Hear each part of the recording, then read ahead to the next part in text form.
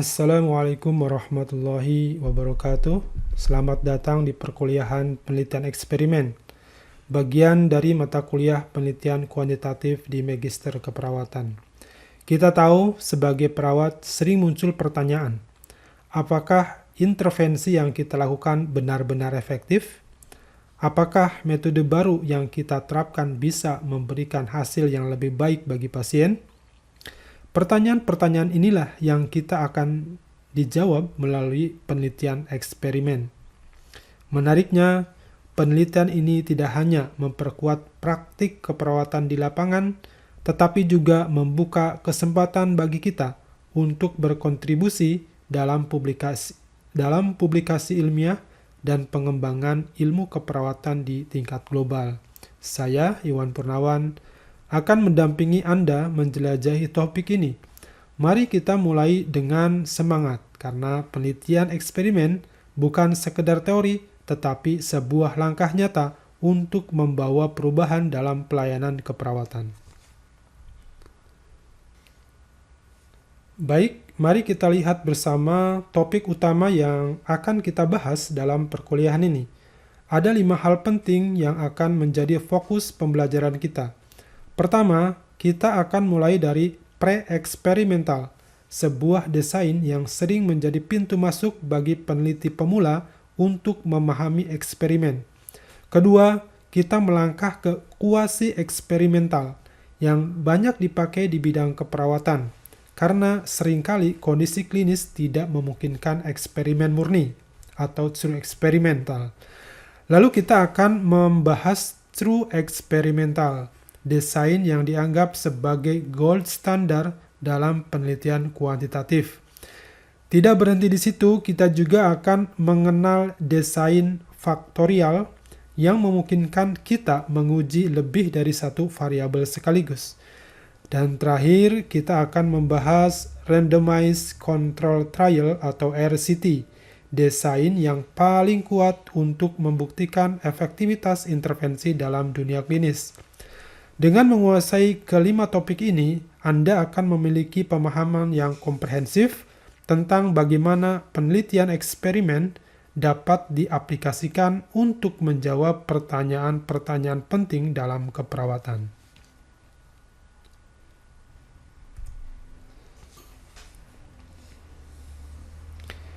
Sekarang, mari kita mulai dari dasar. Apa sebenarnya yang dimaksud dengan penelitian eksperimen? Secara sederhana, penelitian eksperimen adalah sebuah metode penelitian yang digunakan untuk menguji hipotesis dengan cara memanipulasi satu atau lebih variabel independen, lalu melihat bagaimana perubahan itu mempengaruhi variabel dependen, tentu saja dalam kondisi yang terkontrol. Coba bayangkan, misalnya kita ingin tahu apakah musik relaksasi bisa menurunkan tingkat kecemasan pasien di ruang intensif. Musik relaksasi di sini adalah variabel independen yang kita manipulasi. Sementara tingkat kecemasan pasien menjadi variabel dependen yang kita amati. Dengan kontrol yang baik, kita bisa melihat apakah perubahan benar-benar disebabkan oleh intervensi yang kita berikan, atau barangkali disebabkan oleh faktor lain. Inilah kekuatan penelitian eksperimen yang memberikan bukti dengan jelas tentang hubungan sebab akibat.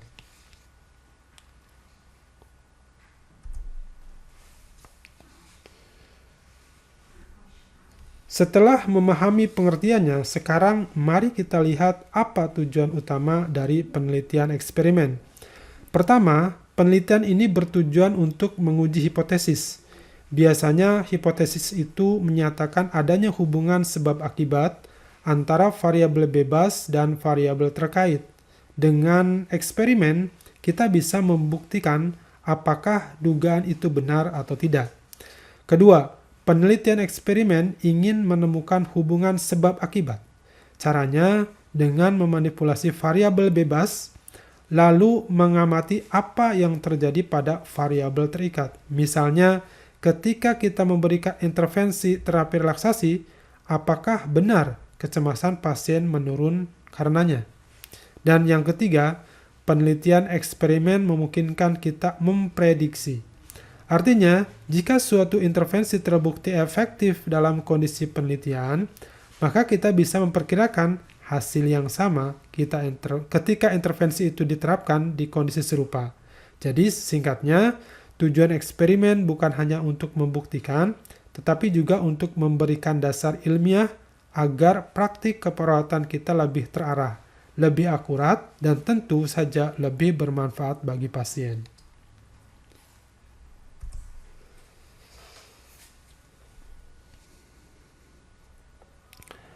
Kalau tadi kita sudah bahas tujuan penelitian eksperimen, sekarang mari kita lihat apa saja karakteristik yang membuat penelitian ini berbeda dari desain lain. Pertama, ada manipulasi variabel. Artinya, peneliti secara aktif mengubah variabel bebas untuk melihat bagaimana pengaruhnya terhadap variabel terikat. Jadi, peneliti tidak hanya mengamati tapi benar-benar melakukan intervensi. Kedua, penelitian eksperimen menuntut adanya pengendalian variabel. Semua faktor lain yang mungkin mempengaruhi hasil harus dikendalikan supaya kita bisa yakin bahwa perubahan pada variabel terikat memang akibat manipulasi variabel bebas. Ketiga, ada pengukuran variabel. Setiap perubahan pada variabel terikat tidak bisa hanya dilihat secara kasat mata, tapi harus diukur secara sistematis agar hasilnya valid dan dapat dipertanggungjawabkan. Dan yang terakhir, penelitian eksperimen biasanya melibatkan kelompok kontrol. Jadi, hasil kelompok yang mendapat perlakuan dibandingkan dengan kelompok yang tidak mendapatkan perlakuan. Dengan cara ini, kita bisa memastikan bahwa perubahan yang terjadi memang benar disebabkan oleh intervensi yang diberikan, bukan karena faktor kebetulan. Inilah yang membuat penelitian eksperimen begitu kuat. Ada manipulasi, ada kontrol, ada pengukuran, dan ada perbandingan.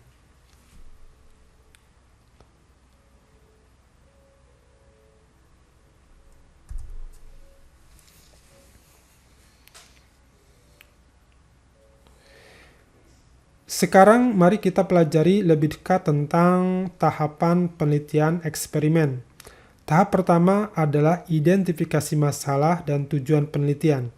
Pada tahap ini, peneliti mengamati fenomena di lapangan, lalu merumuskan masalah yang penting untuk diteliti, serta menetapkan tujuan yang ingin dicapai. Contohnya, kita menemukan banyak pasien di ICU yang akan menjalani kateterisasi jantung mengalami kecemasan tinggi. Tujuannya mencari cara untuk menurunkan kecemasan tersebut. Tahap kedua adalah pengembangan hipotesis. Di sini, peneliti membuat dugaan sementara tentang hubungan sebab akibat yang akan diuji. Misalnya, kita menduga bahwa terapi musik relaksasi mampu menurunkan tingkat kecemasan pasien. Kita lanjutkan ke tahap ketiga, yaitu desain eksperimen. Pada tahap ini, peneliti merancang bagaimana eksperimen dilakukan. Apa variabel bebasnya, apa variabel terikatnya, bagaimana mengontrol faktor lain, dan bagaimana kelompok kontrol dibuat. Dalam contoh tadi, variabel bebasnya adalah musik relaksasi. Variabel terikatnya adalah tingkat kecemasan pasien, dan kelompok eksperimen akan dibandingkan dengan kelompok kontrol. Tahap keempat adalah randomisasi. Peneliti membagi sampel penelitian ke dalam kelompok eksperimen dan kelompok kontrol secara acak untuk mengurangi bias. Misalnya, pasien ICU dipilih secara acak untuk masuk ke salah satu kelompok. Apakah itu kelompok intervensi atau kelompok kontrol? Tahap kelima, pelaksanaan intervensi. Disinilah peneliti memberikan perlakuan sesuai dengan desain yang sudah direncanakan. Dalam kasus kita, kelompok eksperimen mendapatkan terapi musik, sementara kelompok kontrol tidak. Kemudian kita lanjutkan ke tahap ke-6, yaitu pengumpulan data. Di mana pada tahap ini, semua perubahan yang terjadi pada variabel terikat diukur secara sistematis dengan instrumen yang valid. Misalnya kita menggunakan kuesioner kecemasan standar, diukur sebelum dan sesudah intervensi. Tahap ketujuh, analisa data. Peneliti membandingkan hasil antara kelompok eksperimen dan kelompok kontrol dengan metode statistik. Misalnya kita hitung apakah ada perbedaan signifikan tingkat kecemasan antara dua kelompok tersebut. Tahap ke-8 adalah penarikan kesimpulan. Dari hasil analisis, peneliti memutuskan apakah hipotesis terbukti atau tidak. Misalnya, jika terapi musik terbukti menurunkan kecemasan, maka hipotesis diterima. Dan terakhir, penyusunan laporan, di mana semua hasil penelitian ditulis secara sistematis agar bisa dipublikasikan dan menjadi rujukan bagi praktisi maupun peneliti lain. Jadi, tahapan penelitian eksperimen ini pada dasarnya adalah sebuah siklus dari pertanyaan di lapangan menuju bukti ilmiah dan yang bisa pada akhirnya memperkuat praktik keperawatan.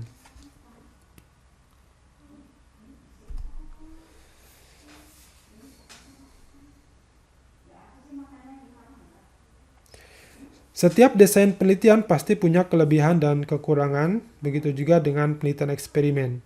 Mari kita bahas satu persatu. Dari sisi kelebihan, yang pertama, penelitian eksperimen dapat mengungkap hubungan sebab akibat. Jadi kalau kita ingin tahu apakah suatu intervensi benar-benar menimbulkan perubahan, eksperimenlah yang paling tepat.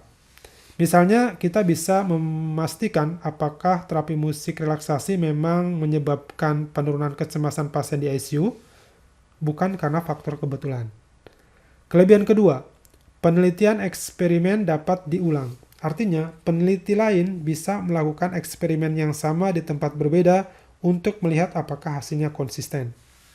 Kalau penelitian musik relaksasi terbukti efektif di satu rumah sakit, bisa diuji ulang di rumah sakit lain untuk melihat apakah hasilnya serupa. Kelebihan ketiga, penelitian eksperimen memiliki kontrol yang tinggi. Peneliti dapat mengatur variabel-variabel lain agar hasil yang diperoleh benar-benar murni dari intervensi yang diberikan. Misalnya, memastikan pasien dalam kelompok eksperimen dan kontrol berada pada kondisi yang setara sebelum intervensi diberikan. Namun tentu ada juga kekurangan. Pertama, eksperimen sering sulit diterapkan dalam semua situasi, karena tidak semua kondisi klinis memungkinkan manipulasi variabel atau penggunaan kelompok kontrol. Misalnya, sulit secara etis jika kita menahan intervensi tertentu yang sebenarnya sangat dibutuhkan pasien. Kedua, peneliti eksperimen relatif mahal, membutuhkan fasilitas, instrumen, dan sumber daya manusia yang memadai agar dapat berjalan sesuai standar. Dan ketiga, ada kendala etik. Dalam penelitian kesehatan, kita harus sangat berhati-hati karena menyangkut pasien yang nyata. Tidak semua intervensi bisa diuji secara eksperimen tanpa mempertimbangkan aspek keselamatan dan hak pasien. Jadi, meskipun eksperimen memberikan bukti yang kuat, peneliti tetap harus bijak dalam memilih kapan dan bagaimana desain ini digunakan.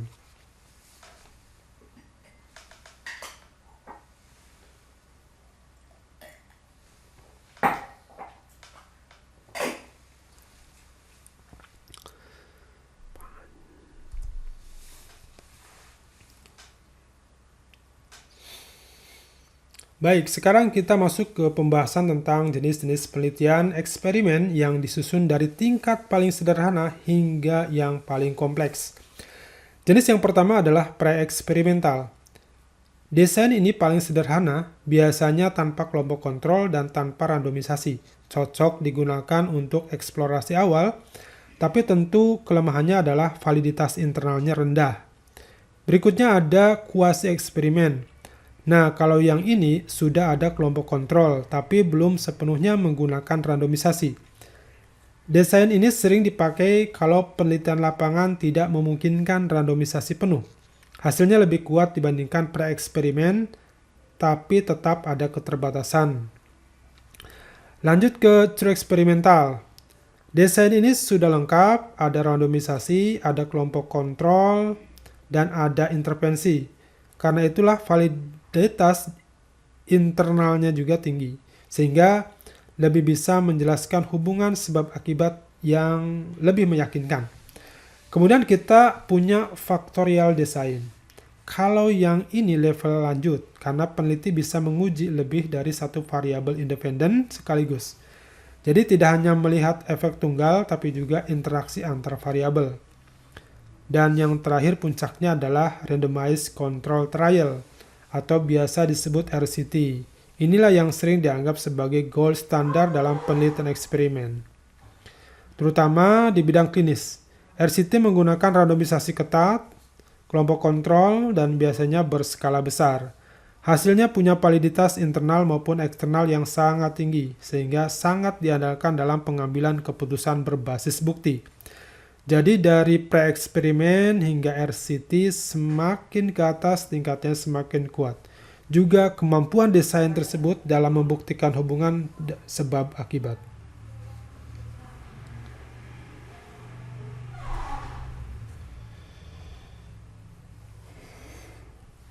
Baik, sekarang kita masuk ke jenis penelitian eksperimen yang pertama, yaitu pre-eksperimental. Nah, desain ini bisa dibilang sebagai tahap paling awal dalam eksperimen. Kenapa? Karena tingkat kontrolnya masih rendah sekali. Salah satu bentuknya adalah one-shot case study. Bayangkan begini, kita punya satu kelompok pasien di ICU, lalu kita berikan perlakuan tertentu, misalnya terapi musik relaksasi, setelah itu kita langsung ukur hasilnya. Misalnya tingkat kecemasan mereka. Kelihatannya praktis ya, tapi kelemahannya besar, tidak ada kelompok kontrol. Jadi kita tidak bisa benar-benar yakin apakah penurunan kecemasan itu murni karena musik relaksasi atau mungkin karena faktor lain. Misalnya pasien mendapatkan dukungan keluarga atau memang kondisinya sedang membaik secara alami. Dengan kata lain, desain ini cocok sebagai studi awal atau pilot study, tapi belum cukup kuat untuk menyimpulkan hubungan sebab akibat.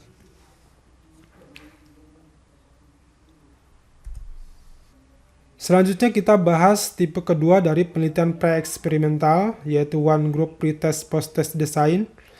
Nah, desain ini sedikit lebih baik dibandingkan one-shot case study. Kenapa? Karena di sini ada pretest dan post-test. Artinya sebelum pasien diberi perlakuan, kita ukur dulu kondisinya. Misalnya tingkat kecemasan pasien di ICU sebelum diberikan terapi musik relaksasi. Lalu setelah intervensi musik dilakukan, kita ukur lagi kecemasannya. Dengan cara ini kita bisa melihat apakah ada perubahan sebelum dan sesudah perlakuan. Jadi setidaknya ada gambaran perbandingan dalam diri kelompok yang sama. Namun tetap ada keterbatasan. Tidak ada kelompok kontrol. Artinya kita tidak bisa sepenuhnya yakin bahwa perubahan yang terjadi hanya karena perlakuan. Bisa saja ada faktor lain yang ikut berpengaruh, misalnya pasien yang mendapatkan obat baru, atau ada kunjungan keluarga yang menenangkan. Kalau dianalogikan ke kehidupan sehari-hari, desain ini mirip dengan seseorang yang mencoba program diet. Misalnya ia menimbang berat badan sebelum diet, lalu mencoba pola makan baru selama sebulan, dan menimbang lagi setelahnya. Kalau beratnya turun, kita bisa bilang dietnya berhasil. Tapi tanpa ada kelompok pembanding, misalnya orang lain yang tidak diet, kita tidak bisa tahu apakah penurunan berat itu karena diet atau karena hal lain. Misalnya, dia juga mulai olahraga atau sedang banyak aktivitas.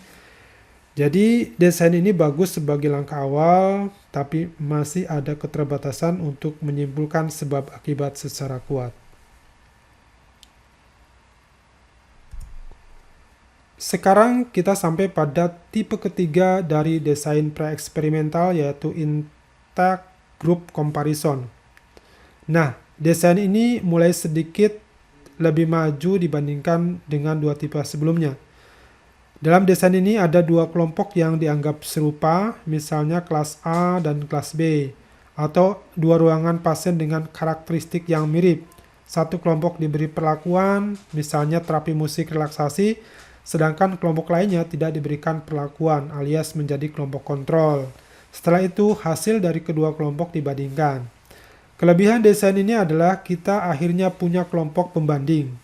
Jadi kalau ditemukan perbedaan hasil, misalnya kelompok dengan musik relaksasi mengalami penurunan kecemasan lebih besar, kita bisa lebih yakin bahwa perbedaan itu mungkin memang karena perlakuan.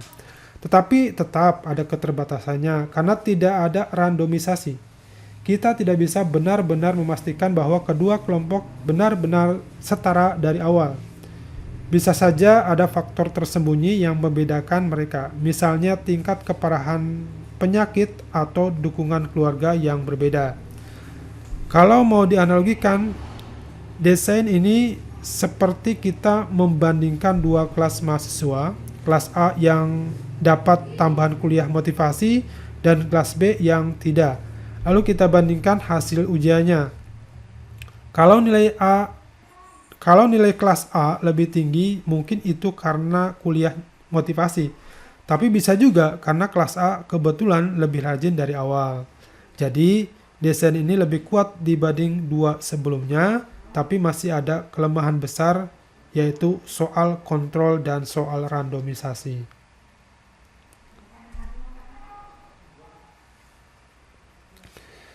Baik, mari kita rangkum perbedaan dari 4 tipe penelitian preeksperimental. Kalau kita lihat dari jumlah kelompok, ada yang hanya melibatkan satu kelompok saja, seperti one shot case study dan one group pretest post-test design, sampai yang melibatkan dua kelompok, seperti intake group comparison. Dari sisi pengukuran, pretest dan post-test, hanya desain one group pretest post-test yang menggunakan pengukuran sebelum dan sesudah perlakuan. Sementara desain one shot case study langsung diukur setelah perlakuan, dan intake group comparison hanya membandingkan hasil antara kelompok tanpa pretest. Bagaimana dengan kelompok kontrol? Nah, hanya intake group comparison yang memiliki kelompok kontrol, walaupun tanpa ada randomisasi. Sedangkan dua desain sebelumnya sama sekali tidak memiliki kelompok kontrol. Terakhir, kalau kita bicara soal kekuatan hasil, maka jelas semakin banyak kontrol, semakin tinggi validitasnya. Jadi, one shot case study punya kekuatan paling rendah. One group pretest post-test sedikit lebih kuat karena ada pembanding dalam diri kelompok yang sama, dan intake group comparison lebih baik lagi karena ada kelompok kontrol. Tetapi tetap saja semua tipe pre-eksperimental ini masih dianggap lemah dalam menyimpulkan sebab akibat dibandingkan desain eksperimen yang lebih tinggi tingkatannya. Dengan kata lain, penelitian pre-eksperimental cocok sebagai studi awal atau eksplorasi. Tapi untuk bukti yang lebih kuat kita perlu naik ke level kuasi eksperimental atau bahkan true eksperimental.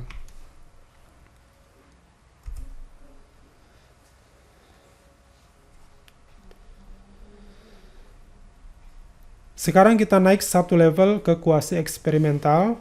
Desain ini sering disebut sebagai perpaduan antara pre-eksperimental dan true eksperimental.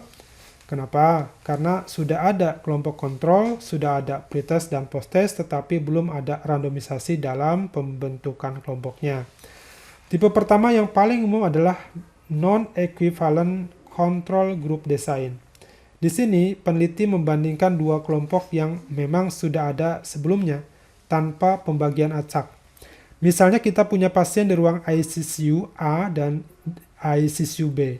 Ruang A diberikan terapi musik, relaksasi, sedangkan ruang B tidak. Keduanya diukur sebelum dan sesudah perlakuan. Ciri khas desain ini adalah kelompok tidak setara sejak awal karena tidak dipilih secara random. Tapi dengan adanya pretest dan post-test, peneliti masih bisa melihat perubahannya yang terjadi dan membandingkannya. Kelebihannya, desain ini lebih praktis karena bisa menggunakan kelompok yang sudah ada di lapangan tanpa repot melakukan randomisasi. Selain itu, desain ini cukup berguna untuk memberikan gambaran awal efektivitas perlakuan. Namun, kelemahannya juga jelas karena ada kelompok tidak dibentuk secara acak. Hasil penelitian ini sulit digeneralisasi. Selain itu, ada ancaman validitas internal yang tinggi karena perbedaan hasil bisa saja bukan murni akibat perlakuan, melainkan akibat perbedaan karakteristik awal kelompok. Kalau mau dianalogikan, ini seperti membandingkan dua kelas mahasiswa. Kelas pagi diberi metode diskusi, kelas sore diberi metode ceramah. Keduanya dites sebelum dan sesudahnya ya. Hasilnya bisa dibandingkan, tapi apakah perbedaan itu murni karena metode mengajar? Atau karena kelas pagi memang lebih segar dan bersemangat dibandingkan kelas sore yang sudah lelah? Nah, itulah tantangan utama dari desain ini.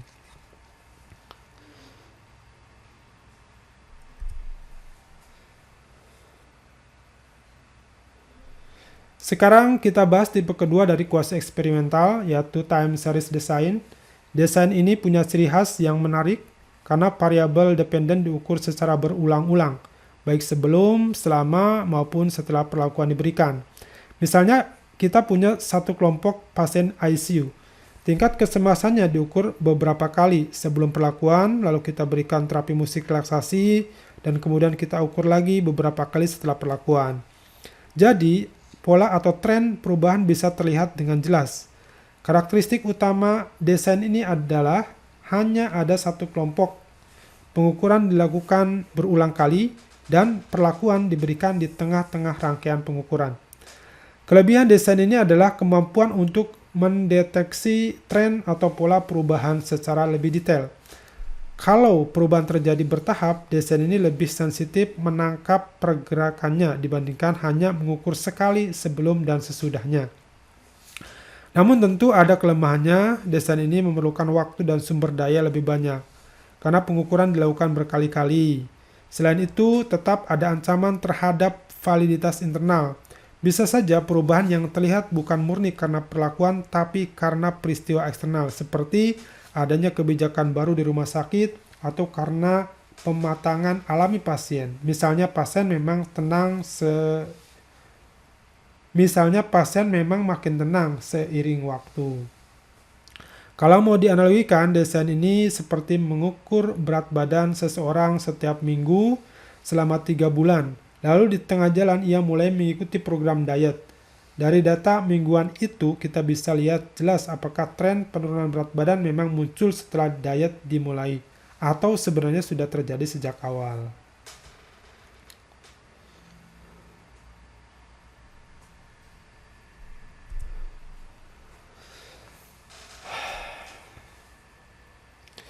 Baik, mari kita lihat perbedaan antara dua tipe kuasi eksperimental yang sudah kita bahas.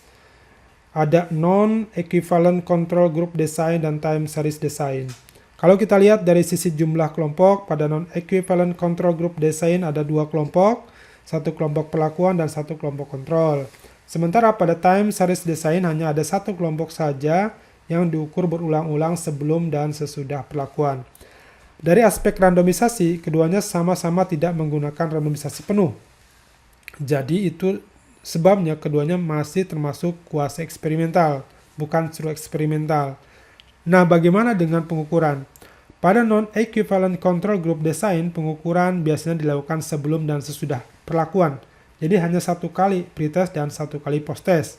Sementara pada time series design, pengukuran dilakukan berulang kali, sehingga kita bisa menangkap pola perubahan variabel dependen secara lebih detail.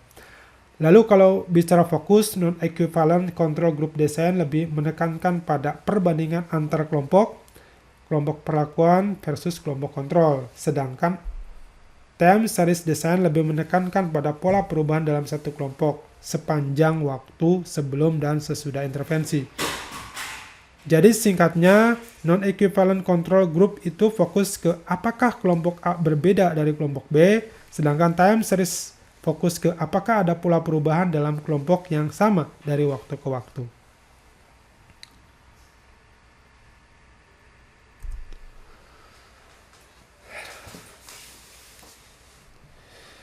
Sekarang mari kita masuk ke tipe pertama dari true experimental design, yaitu post-test only control group design.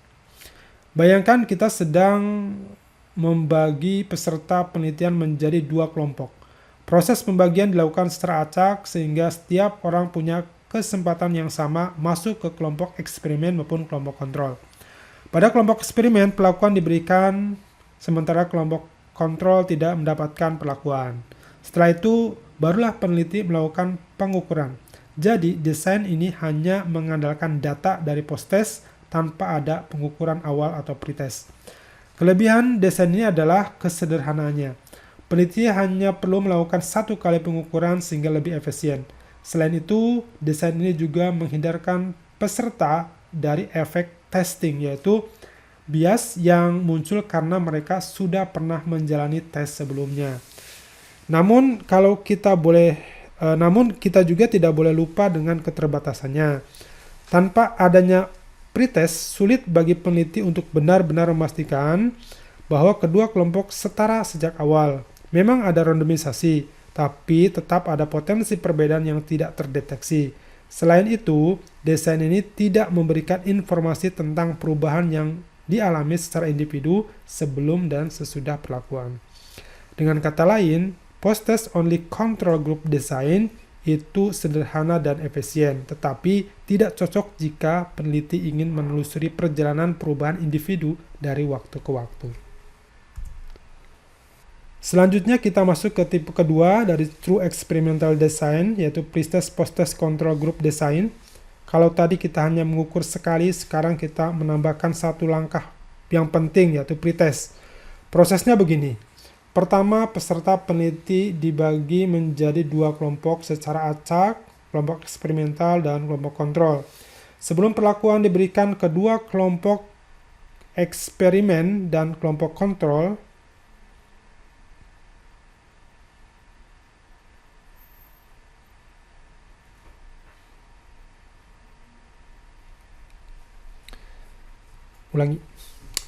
Selanjutnya kita masuk ke tipe kedua dari terapi eksperimental.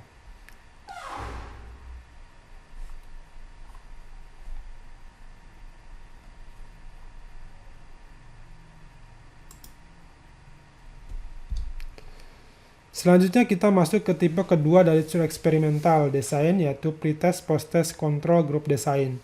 Kalau tadi kita hanya mengukur sekali, sekarang kita menambahkan satu langkah penting, yaitu pretest. Prosesnya begini. Pertama, peserta penelitian dibagi menjadi dua kelompok secara acak. Kelompok eksperimen dan kelompok kontrol. Sebelum perlakuan diberikan, kedua kelompok sama-sama menjalani pengukuran awal atau pretest. Setelah itu, kelompok eksperimen menerima perlakuan, sementara kelompok kontrol tidak. Lalu, keduanya kembali diukur dengan post-test. Dengan adanya pretest dan post-test, peneliti bisa benar-benar melihat perubahan yang terjadi, baik di dalam setiap individu maupun perbedaan antar kelompok. Inilah salah satu kekuatan utama desain ini. Randomisasi memastikan kedua kelompok setara dan pengukuran ganda membuat hasil lebih kaya dan meyakinkan. Tetapi tentu ada kelemahannya. Pertama, adanya pretest bisa memunculkan efek testing, yaitu ketika peserta menjadi lebih siap atau lebih sadar hanya karena mereka sudah pernah menjalani tes sebelumnya. Kedua, desain ini jelas membutuhkan lebih banyak waktu, tenaga, dan sumber daya karena harus melakukan 2 kali pengukuran. Dengan kata lain, pretest post-test control group design memberikan gambaran yang lebih lengkap dibandingkan desain sebelumnya, tetapi dengan konsekuensi lebih kompleks dalam pelaksanaannya.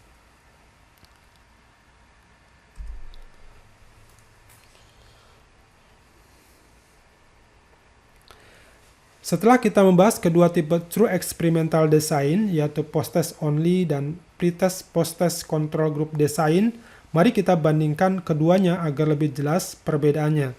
Bayangkan Anda sedang meneliti efek sebuah intervensi keperawatan.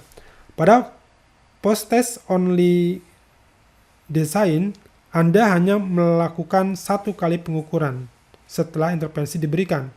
Desain ini sederhana, cepat, dan menghindari efek testing. Namun kelemahannya adalah kita tidak tahu secara pasti kondisi awal peserta.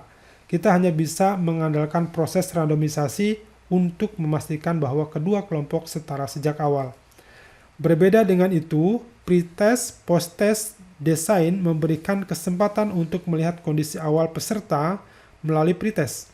Dengan begitu, kita bisa membandingkan bukan hanya hasil akhirnya, tapi juga perubahan dari sebelum ke sesudah perlakuan. Keuntungannya jelas, informasi yang diperoleh lebih kaya dan kontrol terhadap variabel awal lebih kuat. Namun ada harga yang harus dibayar, yaitu efek testing bisa muncul dari waktu serta sumber daya yang dibutuhkan juga lebih banyak. Jadi perbedaan utamanya bisa dilihat dari 4 aspek: jumlah pengukuran, risiko efek testing, sejauh mana kita bisa mengontrol variabel awal, dan serta seberapa lengkap informasi yang kita dapatkan. Dengan pemahaman ini, Anda bisa lebih bijak dalam memilih desain penelitian sesuai konteks, tujuan, dan sumber daya yang tersedia.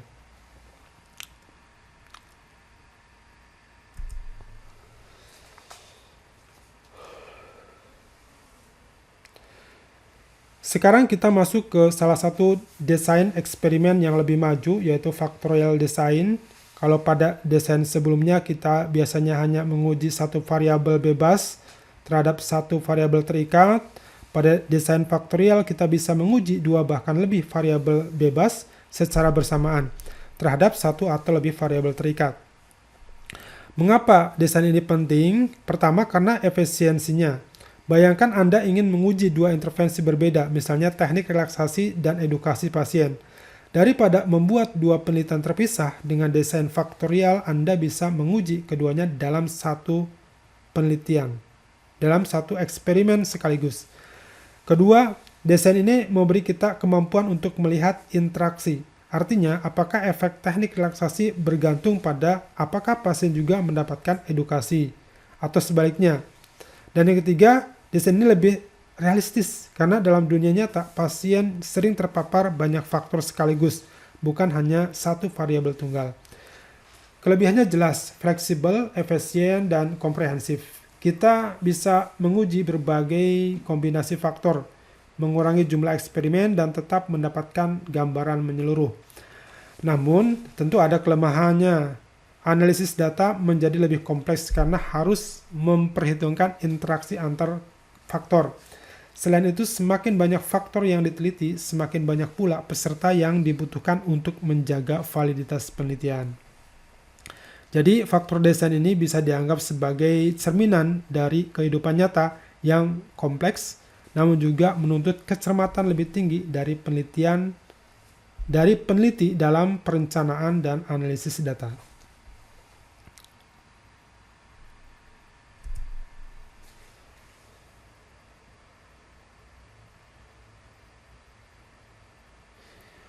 Untuk lebih mudah memahami desain faktorial, mari kita ambil sebuah contoh sederhana. Misalnya kita ingin meneliti pengaruh jenis pupuk dan frekuensi penyiraman terhadap pertumbuhan tanaman. Di sini kita memiliki dua faktor. Faktor A adalah jenis pupuk, yaitu pupuk organik dan kimia. Faktor B adalah jumlah penyiraman setiap hari atau setiap 2 hari sekali. Kalau kita kombinasikan keduanya, maka akan terbentuk 4 kelompok eksperimen. Pertama, tanaman dengan pupuk organik disiram setiap hari. Kedua, tanaman dengan pupuk organik disiram setiap 2 hari. Ketiga, tanaman dengan pupuk kimia disiram setiap hari. Dan keempat, tanaman dengan pupuk kimia disiram setiap 2 hari. Inilah yang disebut desain faktorial 2x2. Dua faktor masing-masing memiliki 2 level, sehingga total ada 4 kombinasi.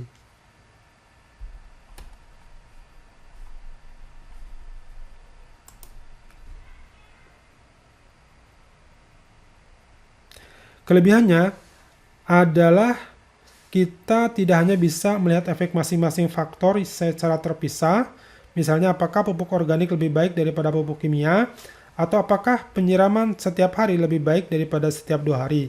Tetapi kita juga bisa melihat interaksinya.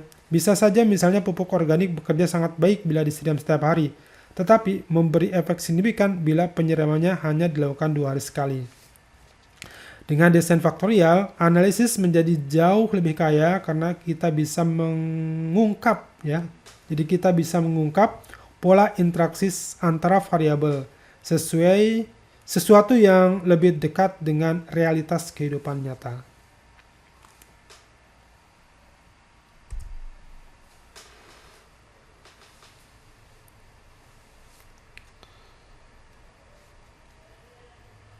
Sekarang kita sampai pada salah satu desain penelitian yang sering disebut sebagai standar emas dalam penelitian klinis, yaitu Randomized Control Trial atau RCT. Desain ini sebenarnya merupakan aplikasi khusus dari True Experimental Design, tetapi dengan fokus utama pada konteks klinis untuk mengevaluasi efektivitas ataupun keamanan suatu intervensi medis. Karakteristiknya sama seperti cura eksperimental, ada manipulasi variabel, kelompok kontrol, dan randomisasi. Namun dalam RCT ada tambahan penting yaitu blending atau penyamaran. Dengan blending, peserta atau bahkan peneliti tidak mengetahui siapa yang mendapatkan intervensi dan siapa yang menjadi kontrol, sehingga bias dapat ditekan seminimal mungkin. Mengapa RCT begitu dihargai? Karena desain ini memberikan bukti ilmiah paling kuat untuk menilai hubungan sebab akibat. Randomisasi memastikan kelompok eksperimen dan kontrol seimbang. Kontrol terhadap variabel mengurangi gangguan dari faktor luar, dan hasil penelitian bisa direplikasi oleh peneliti lain. Tidak heran jika RCT dianggap sebagai gold standar dalam penelitian klinis. Namun tentu saja kekuatan besar datang dengan tantangan besar. RCT sering membutuhkan biaya yang sangat tinggi dan waktu yang panjang, terutama bila melibatkan tindak lanjut jangka panjang. Selain itu ada dilema etik, misalnya apakah adil menahan intervensi yang mungkin bermanfaat dari kelompok kontrol. Belum lagi tidak semua intervensi cocok diuji dengan RCT.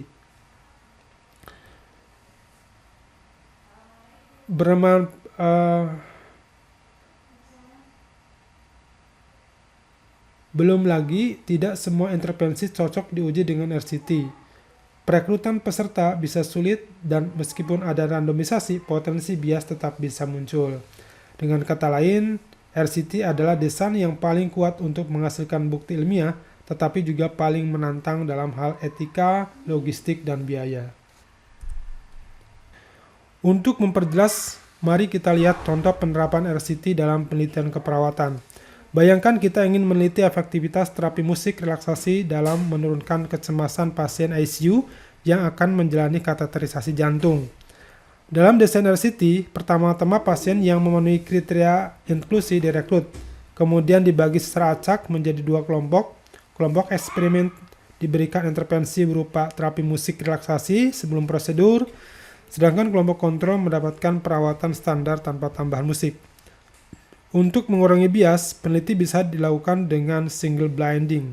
Misalnya pasien tidak diberitahu apakah musik yang mereka dengarkan adalah bagian dari intervensi khusus atau hanya musik biasa.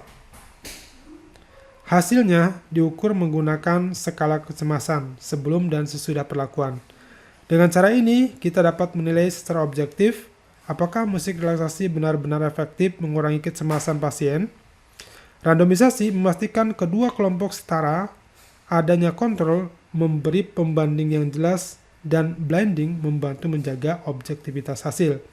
Inilah kekuatan RCT, yaitu memberi bukti yang kuat dan dapat dipercaya, meskipun membutuhkan perencanaan yang matang, biaya, dan pertimbangan etika yang cermat. Sekarang mari kita lihat perbedaan antara true experimental design secara umum dengan randomized control trial atau RCT. Keduanya memang memiliki akar metodologi yang sama. Ada manipulasi variabel, randomisasi, dan kelompok kontrol. Namun ada beberapa perbedaan mendasar yang sangat penting dan perlu dipahami. Pertama, dari sisi definisi, true experimental design adalah istilah yang lebih luas, mencakup berbagai bentuk eksperimen dengan kontrol dan randomisasi. Sedangkan RCT merupakan aplikasi khusus dari true eksperimental yang digunakan secara spesifik dalam penelitian klinis untuk mengevaluasi intervensi medis atau keperawatan. Kalau kita bicara ruang lingkup, true eksperimental bisa digunakan di banyak bidang, psikologi, pendidikan, ilmu sosial, maupun kesehatan. Sementara itu RCT lebih fokus pada praktek klinis, misalnya menguji efektivitas obat, terapi non-farmakologi, atau proses perawatan pasien. Dan terakhir, dari segi status ilmiah, RCT sering dianggap sebagai gold standar atau standar emas dalam penelitian klinis. Alasannya karena tingkat kontrol, randomisasi, dan blending yang dilakukan membuat hasilnya lebih kuat dalam membuktikan hubungan sebab akibat. Dengan kata lain, semua RCT adalah true eksperimental, tetapi tidak semua true eksperimental bisa disebut RCT. Jadi, bisa kita simpulkan true eksperimental adalah payung besarnya, sedangkan RCT adalah bentuk paling ketat dan paling dihargai di dalam ranah penelitian klinis. Baik, kita sudah sampai pada akhir pembahasan tentang penelitian eksperimen. Dari awal kita menelusuri mulai dari pra-eksperimental yang sederhana, kuasi eksperimental dengan kontrol tanpa randomisasi, hingga true eksperimental yang lebih ketat. Kita juga melihat desain faktorial yang lebih kompleks dan akhirnya tiba pada randomized control trial yang menjadi standar emas dalam penelitian klinis. Kalau kita rangkai kembali, benang merahnya semakin tinggi kontrol, semakin kuat pula bukti sebab akibat yang bisa diperoleh. Tetapi tentu konsekuensinya juga semakin besar dari sisi biaya, waktu, dan etika. Sebagai calon magister keperawatan, Anda perlu memahami bukan hanya teori desain penelitian ini, tetapi juga kontrol kapan dan bagaimana masing-masing desain tepat digunakan. Ingatlah bahwa penelitian ini bukan sekedar angka dan metode, melainkan upaya nyata untuk memberikan dampak pada praktik keperawatan dan kualitas hidup pasien. Semoga perkuliahan hari ini tidak hanya menambah pengetahuan, tetapi juga menumbuhkan inspirasi bagi Anda untuk menyusun penelitian yang kuat, etis, dan bermanfaat. Karena pada akhirnya penelitian terbaik adalah penelitian yang benar-benar memberikan makna bagi mereka yang kita layani, yaitu para pasien dan masyarakat. Terima kasih atas perhatian dan partisipasi Anda. Semoga ilmu hari ini bermanfaat dan menginspirasi penelitian keperawatan yang lebih baik. Assalamualaikum warahmatullahi wabarakatuh.